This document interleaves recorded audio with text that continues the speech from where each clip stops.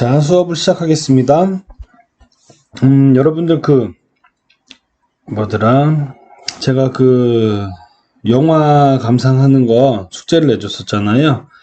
그런데 그게 영화가 제대로 보시는 분들이 대부분 많으신 것 같고요. 또 어떤 경우에는 아이폰을 쓰시는 분들이 좀 맥북이나 아이폰 쓰시는 분들이 잘 안 되고, 또 그냥 다운받아서 플레이하는 소프트웨어 있죠? 그게 또 여러 가지가 있으니까 안 되시는 분들이 꽤 있는 것 같습니다. 근데 제가 몇 가지를 확인해 보고 했는데, 그냥 일반적으로 다운받아서 곰플레이어에서 통합 코덱 이렇게 다운받으면은 소리도 잘 나고 핸드폰으로도 잘 나오고 이렇게 하는 걸 확인했습니다. 그럼 번거로우시더라도 다운받아가지고 통합 코덱 같은 거 있죠? 이렇게 좀 업데이트해서 보시면 소리나 이런 것들이 다 잘 날 겁니다. 자, 오늘은 이제 하수도법에 대해서 간단히 볼게요. 우리가 저번 시간에도 그러고 저저번 시간에도 그러고 하수도, 그리고 배관, 분류식, 함유식, 기타 등등에 대해서 많이 했습니다. 매놀 이런 것도 했었죠. 자, 이런 거랑 연관된 규정이 하수도법이에요. 규정 중에서. 자, 여러분들 찾는 법 아시나요? 예를 들면은, 제가 한번, 환경에 관련된 법이니까, 환경부 들어가셔가지고, 법령 정치 이렇게 누르면 돼요. 자, 그런 다음에 여기다가, 하수도 이렇게 치면은 하수도법이 이렇게 나올 겁니다. 보통 법이 있으면 시행령이 있고 시행규칙이 있어요. 시행규칙에는 일반적으로 어떠한 표 같은 게 나와가지고 기준들이 설정되죠. 뭐 이하 이러면 된다 안 된다 이런 식으로 좀 세분화되어 있는 겁니다. 자, 그럼 우리는 제일 큰 법 보고 이렇게 하면 이제 이게 나오는 거예요. 그리고 이걸 누르면 아마 법제처 사이트로 가가지고 새 창으로 열릴 겁니다. 국가 법령 통합관리 시스템 이렇게 나와요. 자, 이렇게 되면은 하수도법, 이 법은 하수도의 설치 및 관리를 기준 등을 정함으로써 하수와 하수하고 분뇨를 적정하게 처리하며 하수의 범람으로 인한 침수 피해를 예방하고 지역사회의 건전한 발전과 공중위생의 향상에 기여하며 공공수역의 수질을 보존함을 목적으로 한다. 2018년 10월 16일 날 최종 개정된 겁니다. 자, 이렇게 해서 정의부터 국가 및 지방자치단체의 의무부터 엄청나게 많은 내용들이 있어요. 자, 이거는 이제 법이고요. 법에 아까 뭐라 그랬죠? 우리가 꼭 지켜야 되는 세분화된 것들은 시행규칙 이런 데 많이 나와요. 그러면 요거를 항상 3단 비교로 눌러서 보는 겁니다.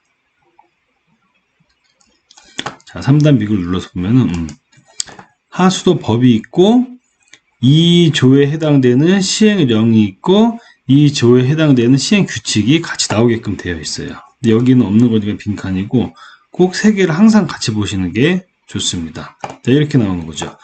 그럼 여기는 하수도법에 유역 하수도 정비 계획의 수립이 있으면은 이거를 세분화돼서 지켜야 되는 이게 어떤 내용인지 이렇게 시행 규칙에 나와 있는 겁니다. 시행 규칙 자세하게. 자, 아시겠죠, 여러분?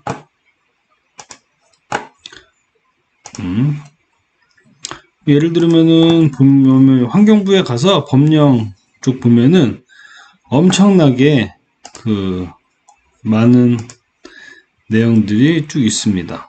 뭐지?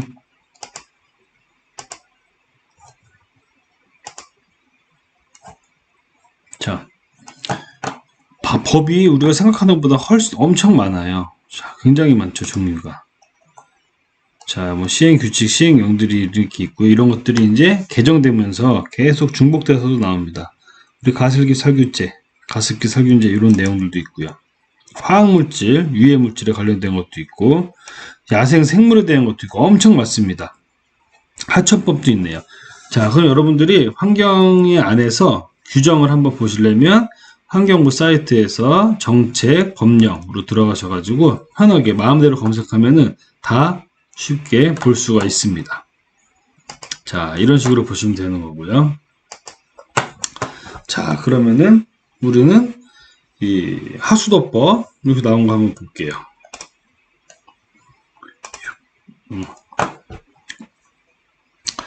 자, 하수도법의 목적. 아까 전에 그 사이트에서 봤죠? 자, 하수도법의 목적은 하수도의 설치 및 관리 기준 등을 정함으로써 하수와 분료를 적정하게 분리해야 된다 그랬어요. 하수와 분료. 제가 볼 때 이게 아주 매우 중요합니다. 분료를 적정하게 처리하고 지역사회의 건전한 발전과 공중위생 향상에 기여하고 공공수역의 수질을 보존하는데 그 목적이 있다라고 법령에도 제시가 되어 있습니다. 자, 쉽게 설명하면 뭐예요, 이게? 자, 발전된 하수를 처리해서 강, 하천을 보호하겠다. 이 얘기입니다. 그죠? 자, 강과 하천을 보호하겠다. 하수에는 하수와 분뇨를 적정하게 처리해서, 그죠? 다 그 얘기입니다. 공공수역이라는 게 여러분, 강, 하천, 이런 것들이에요. 자, 이런 목적으로 이제 하수도법이 제정됐고, 하수도법과 함께 아까 봤던 3단으로 봤었죠. 시행령, 시행규칙도 같이 나와 있습니다. 그래서 이 배경을 보면은, 1963년에 나오네요. 1963년 공해방지법이 제정되면서 하천을 오염시키는 공장 폐수와 산업 폐수, 일반 폐수에 대한 내용도 포함되어 있습니다. 자, 공해방지법이 우리나라가 이게 법이 참 보면 재밌는 게요. 이 공해방지법이 일본에 있는 법을 그대로 따온 거예요. 저희가 우리나라가 이제 그 일본의 그 식민지 생활을 했었죠. 그러다 보니까 많은 문화적인 내용이나 아니면 여러 가지 산업시설 같은 경우, 그리고 규정, 이런 것들이, 우리가 원하든 원치 않든 그 식민지 시대 때 있는 것들을 많이 답습해져 있습니다. 자, 그래서 이런 예전의 과거의 법들은 그 일본에서 온 법들이 그대로 갖고 온 법들이 굉장히 많아요. 근데 지금 우리가 굉장히 이제 선진화되고 우리 스스로 많은 것들을 만들어내고 있죠.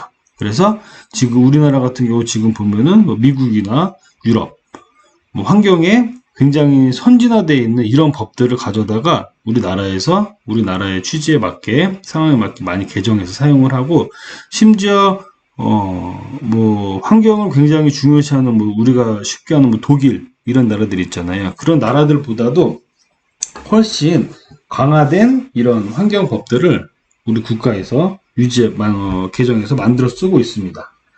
그리고 그 후에 보면은 이제 1963년에 공해방지법이 나왔고, 하수도법이 1966년 8월 3일 날 제정이 됐네요.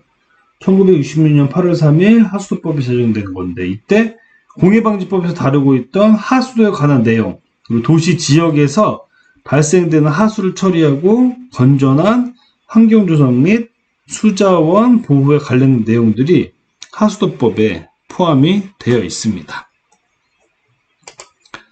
자, 그리고 이제 하수도법에 대해서 간단하게 볼 건데요. 대표적인 거 볼 겁니다. 1조에서 목적이 나오고, 뭐 2조에서는 각각 뭐 얘기하는 정의들이 나오고요. 그리고 4조에서, 그리고 7조, 공공하수, 여기 다음 페이지 있는데요. 사용 권한, 하수도 관리청, 관리는 어디서 하느냐, 뭐 이런 내용들. 그러니까 좀 가볍게 그냥 들어주시면 될 것 같아요. 자, 하수도법을 한번 이제 보겠습니다. 1조, 뭡니까? 목적이죠. 주요 내용을 보면은 이 법은 이제 하수도를 개량하고 정비하기 위해서 그 설치 및 관리의 기준 등을 정함으로써 도시의 건전한 발전과 공중위생의 향상에 기여함을 목적으로 하고 있습니다. 그리고 이제 이거에 대해서 용어들이 뭐 하수도도 나오고 공공하수도도 나오고 종말처리장 이런 것들이 나오거든요. 이런 것에 대한 정의들이 있습니다. 그게 2조에서 나와요. 정의는 하수도, 공공하수도, 종말처리장에 대한 정의가 나오고 있습니다. 자, 하수도라고 하면 뭔가요? 여기 다 써있긴 한데, 하수도라고 하면 오수 및 우수를 배제, 처리하기 위해서 설치되는 도감과 기타 공작물과 그 시설을 총칭해서 하수도라고 정의를 하고 있습니다. 여기서 이제 공공하수도라는 거는 이제 공공의 하수도죠. 공공의 하수도. 그래서 지방자치단체하고 국가에서 관리하는 하수도를 통틀어서 공공하수도라고 이야기를 하고 있습니다. 그리고 이제 마지막에 종말처리장. 종말처리장이라고 하는 것은 뭔가요? 하수를 최종적으로 처리하기 위해서 하천, 바다, 기타 공유 수면에 방류하기 위해서 하수도의 처리시설과 이를 보완하는 시설. 예를 들면 우리가 종말처리장, 하수종말처리장, 뭐 폐수종말처리장 이런 식으로 옛날에 불렀었거든요. 이런 것처럼 마지막에 공유수면, 이제 공공수역에 보내기 전에 최종적으로 처리하는 마지막 시설이라고 보시면 되겠습니다. 자, 4조 권한의 위임, 그리고 7조 공공하수도 관리청. 이게 띄었으면 좋았을 거를 좀 헷갈리네요. 공공하수도 관리청. 자, 권한의 위임. 자, 하수도 관련된 권한은 대통령령이 정하는 바에 의해서 여기 건설부 장관이라 그랬는데 이제 건설부는 예전 말이죠. 뭐 건설교통부, 국토해양부, 국토교통부 이런 식으로 부처 이름을 계속 변했습니다. 지금은 국토교통부겠네요. 국토교통부 장관의 국토교통부 장관의 권한으로 이루어집니다. 일부는 이제 서울특별시장, 부산시장과 같이 광역자치단체장에게 위임을 하고 있습니다. 자, 그리고 공공하수도 관리청. 공공하수도는 관할 시장, 그러니까 이제 서울특별시장이나 부산시, 대구광역시장을 포함해서 시, 군수를 관리청으로 하고 있습니다. 그 지역에서 이제 관리하는 그 행정자치단체 장이 관리를 하게 되는 거죠. 뭐 기본적인 여러분들 상식적인 내용이에요. 근데 이제 우리가 하수도 이제 수리수문에서 하수도로 다루다 보니까 이제 법령도 우리가 한 번씩은 봐야 돼서 제가 다루고 있는 겁니다. 자, 하수도법 21조에서는 사용료가 나오네요. 이제 사용료. 자, 공공하수도 관리청은 하수도 요금을 지방자치단체의 조례로 정하고 있습니다. 따라서 지방자치단체의 그 하수도 지방자치단체에 따라서 하수도 요금이 차등 적용되고 있습니다. 왜냐면은 공공하수도 관리청이 그 지방자치마다 그 조례에 의해서 하수도 요금이 정해지기 때문이에요. 각각 다르게. 그래서 차등 적용되는 겁니다. 전기료 같은 경우는 한전에 의해서 전국 공통으로 어느 지역이든 동일한 전기료를 받고 있죠. 예를 들면은 용인시하고 수원시하고 서울시하고 전기세는 같습니다, 여러분. 그죠? 전기세. 한국전력에서 전국 공통으로 하니까. 그런데 이제 하수도는 지방자치단체 조례에 의해서 결정되기 때문에 동일한 요금을 징수하고 있지 않습니다. 하지만 거의 대부분 아주 유사한 범위 내에서 이제 그렇게 되고 있는 거죠.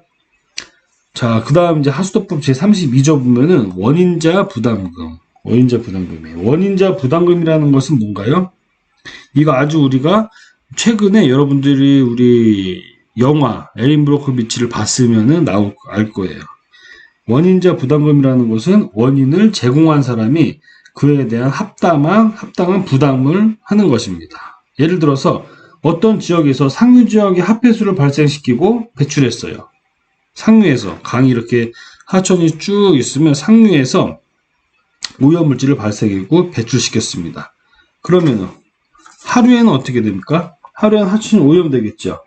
따라서 상류 지역에서 이런 합폐수 또는 오염물질을 배출한 사람이 하류 지역에 금전적인 지원을 해주는 게 원인자 부담금입니다. 원인자 부담금. 자, 이런 내용이 이제 32조에 있는 거죠. 자, 원인자 부담금. 이게 참 거기가 아니라 아주 매우 중요합니다. 이게 책임감이 있어야 되거든요. 이거 아주 하수도랑은 크게 관련 없지만 원인자 부담이라는 거에서 우리가 한번 최근에 있는 사건을 한번 볼게요. 이게 익산 잠정마을이라는 곳이에요. 여기가 이게 2019년 뉴스일 거거든요. 2019년 작년에 보니까 저도 자세히 다시 뉴스를 기억은 안 나는데 익산 지역에 진짜 조그만 마을이거든요. 근데 거기에서 굉장히 많은 비율의 사람들이 암이 걸렸습니다. 근데 그 암을 발생시킨 원인을 찾았어요. 비료 공장에서 사용한 원료 물질 때문입니다. 근데 그 원료 물질을 사용을 하게끔 이 정부와 또 여기 어떤 업체들에서 이것들이 행정적으로 무리 없이 진행이 됐는데 이거에 대한 배상 문제들이 굉장히 복잡해진 내용입니다. 자, 이것도 어떻게 보면은 원인자 부담금에 대해 적용할 수 있는 내용이에요. 한번 뉴스 간단히 볼게요. 전북 익산 장전마을 주민들의 집단 암 발병은 인근 비료 공장이 원인이라고 환경부가 최종 발표했습니다. 환경 오염으로 인한 건강 피해의 역학적 관련성을 정부가 확인한 첫 사례로서 의미가 크지만 배상이 이루어지기는 쉽지 않아 보입니다. 이지현 기자입니다. 지난 10여 년 동안 주민 20여 명이 암에 걸리고 10여 명이 숨진 익산 장전마을. 주민들은 2017년 인근 비료 공장을 원인으로 지목했는데 1년 넘게 조사한 결과 환경부는 담뱃잎 찌꺼기인 연초박을 비료 공장에서 불법 건조하면서 발생한 다환방향족 탄화수소 같은 1급 발암물질들이 영향을 줬다며 집단 암 발병과의 역학적 관련성을 확인했습니다. 역학적으로 관련성이 있는 것으로 굉장히 타당하다는 전문가들의 의견이 있었고요. 연초박을 불법으로 사용한 것을 익산시가 보고받고도 무시한 사실도 드러났습니다. 이게 불법인데 그냥 작성만 해서 보낸 거거든요. 그럼 익산시에서 이게 잘못됐다는 거를 확인을 했어야 되는 게 맞는데 주민들은 정부와 자치단체가 관리감독을 소홀히 했다며 사과와 배상을 촉구했습니다. 환경부와 정부, 익산시 마을 주민들에 대한 피해구제, 건강관리, 오염원 제거 등 사후관리에 만전을 기할 것을 요구하며 또 바람의 원인이 된 연초박을 불법으로 처리하도록 방치한 KTNG에 피해 대책을 요구하고 연초박을 퇴비 원료로 쓰지 못하게 폐기물 관리법을 개정할 것도 주장했습니다. 하지만 정부의 피해 구제법으론 치료비 보전 수준에 그쳐 소송이 이어질 가능성이 높아 보입니다. KBS 뉴스 이재현입니다. 자, 어때요? 이것도 아주 상식적인 내용이에요. 원인을 제공한 사람이 이거를 해결할 수 있게끔 돈을 지불하는 겁니다. 그죠? 아주 상식적인 내용이에요. 원인자 부담. 그래서 이 익산에 대한 내용도 마지막에 그 피해 보상이 어려울 거라고 이렇게 좀 복잡하고 좀 난항을 겪고 있는 내용일 텐데 아마 이것들도 시간이 걸릴 거예요. 소송도 하고 뭐 하고 하다 보면은 결론적으로는 원인자 부담의 원칙에 의해서 어느 정도 여기서 나온 비료 공장은 이런 곳에서 조금 많이 신경을 써줘야 되지 않을까 이렇게 생각을 하고 있습니다. 자, 원인자 부담 있고, 자, 그 다음에 이제 하수도법이 제정, 목적, 배경 이게 주요 연역이에요. 주요 연역. 여기서 보면은 봅시다. 94년도에 이제 하수도 업무를 환경부로 이관을 했네요. 그죠?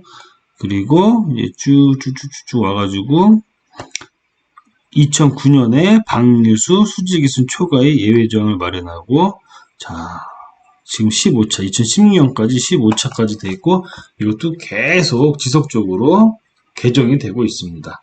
조금 더 법의 실효성 있게 개정이 되는 거죠. 실효성이라는 거는 법만 있는 게 껍데기만 있는 게 아니라 실제로 잘 지켜질 수 있게 이렇게 노력을 하면서 실질적인 개정이 되고 있는 겁니다. 자, 그리고 하수도법 구성은 우리가 간단하게 봤지만 총 8장, 80개 조문과 부칙으로 있습니다. 하나, 둘, 셋, 넷, 다섯, 일곱, 여덟. 8장으로 되어 있어요. 그리고 하수도법은 총칙하고 공공하수도 설치 관리 이런 내용들로 되어 있는 겁니다. 이런 거는 그냥 크게 중요하지 않으니까 이렇게 8개로 구성이 되어 있고 80개의 조문으로 되어 있구나 라고 정도만 알고 계시면 됩니다. 자, 이번 시간은 이제 하수도법에 대해서 아주 기본적으로 했어요. 다음 시간에는 이제 이거에 대해서 하수도법에 대해서 조금 더 우리가 짚고 넘어가야 될 부분에 대해서 알아보도록 하겠습니다.